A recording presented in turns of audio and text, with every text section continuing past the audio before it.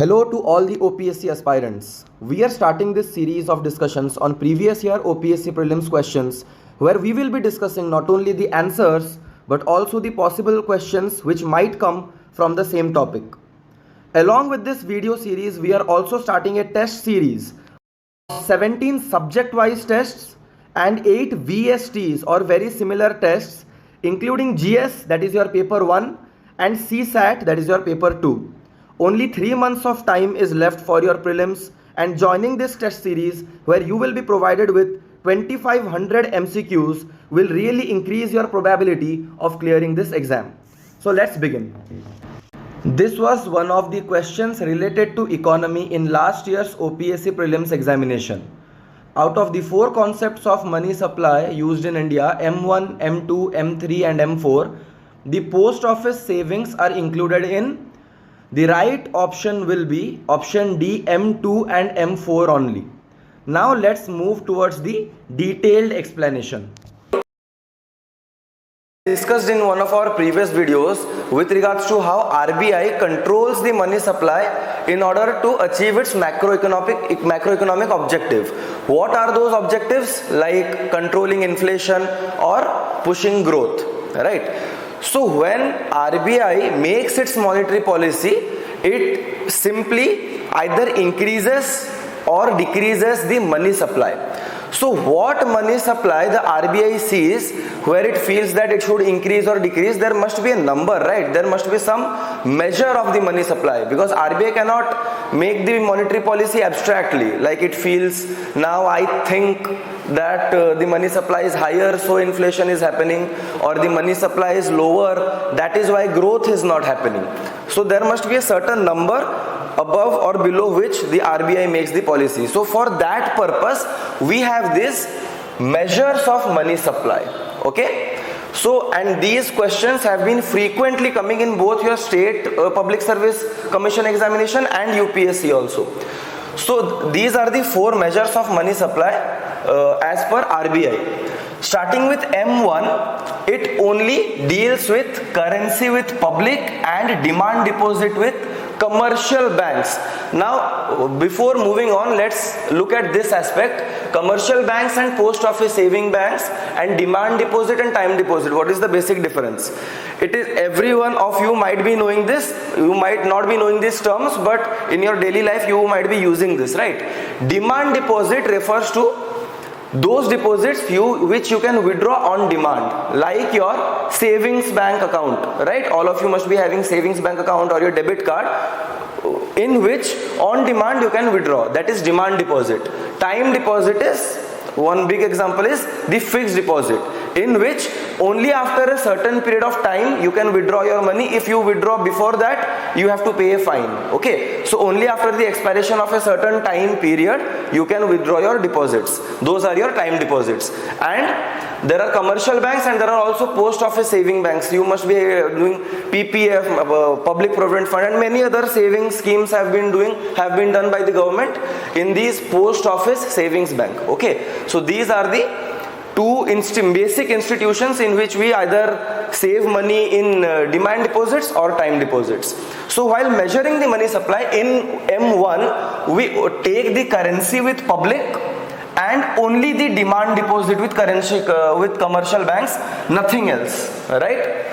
In M2, we take the currency with public, demand deposit with commercial banks and demand deposit with post office saving banks. So we have to remember that in M2 there is no concept of time deposits. Okay, there is no concept of time deposits, right? I'm just doing it for your visual memory. You memorize that M2 does not take into consideration the time deposits. Now coming to M3, again currency with public, demand deposit with commercial banks and demand deposit and time deposit with commercial banks. So in M3, what do we have to remember? It does not take into account post office savings bank. Okay, it does not take into account post office savings bank. Apart from that, everything it considers, right? In commercial banks it considers demand deposit also, time deposit also. Okay, again recalling in M2 what was there? it took into account only the demand deposit of commercial bank and only the demand deposit of post office saving bank. It did not take into account the time deposit of both the banks, right? And finally in M4 it takes into account everything. Okay, everywhere you can see the tick marker. I have made this table for your visual memory. You can take a screenshot of this if you want to, but it will be easier for you to memorize. Okay, again let's look. M1, currency with, we have to remember that currency with public is there in all the four measures. In M1 only demand deposit with commercial banks. In M2 demand deposit of both the banks, commercial and post office. In M3 only commercial banks, be it demand deposit or time deposit, only commercial banks. In M4 every. So apart from this, what do you have to remember, because this is the basic stuff. Apart from this, questions might be asked on liquidity or quantity. Which is the most liquid among these? What do you mean by liquidity? Liquidity means how quickly you can spend it or withdraw it or use it. Okay, so M1 naturally is the most liquid,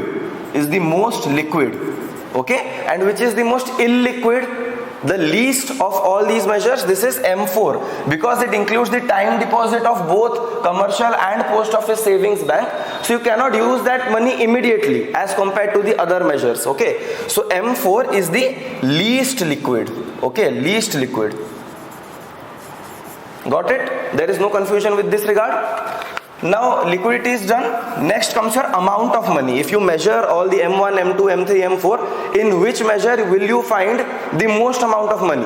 Quite naturally it is M4. Quantity is the highest. Quantity is the highest. Here quantity is the lowest. Okay. Quantity is the highest, because naturally it includes many measures which the other measures do not include. Okay, and quantity here is the lowest, right? So this is clear. Next, coming to other questions which have been asked. Now when RBI, as I said, when RBI makes the policy, it must be taking a measure. These are all the four measures, but there is a thing called as aggregate money supply. Aggregate money supply. There RBI considers this M3. Basically this is the most used measure of money supply, M3. So wherever you will see the word aggregate money supply, it refers to M3, right? Another question what can be formed is, now we have learned M1, M2, M3, M4. There is a concept of M0 also. M0. Okay, this is also called as the high powered money. High powered money. Now these are basically the cash which is printed by the RBI, the initial money, that is M0, high powered money. Now what is the relationship between M0 and M3? What is money multiplier? We will be taking up in further videos which will be coming very soon. Okay, so for these informative videos, because we are making these videos in consonance with your previous year questions. Now to get more such questions, these are just topics which we will be covering. We are also coming up with a test series that includes 17 subject wise tests and 8 VSTs or very similar tests, 4 of your GS, that is paper 1, and another 4 of your CSAT, that is paper 2.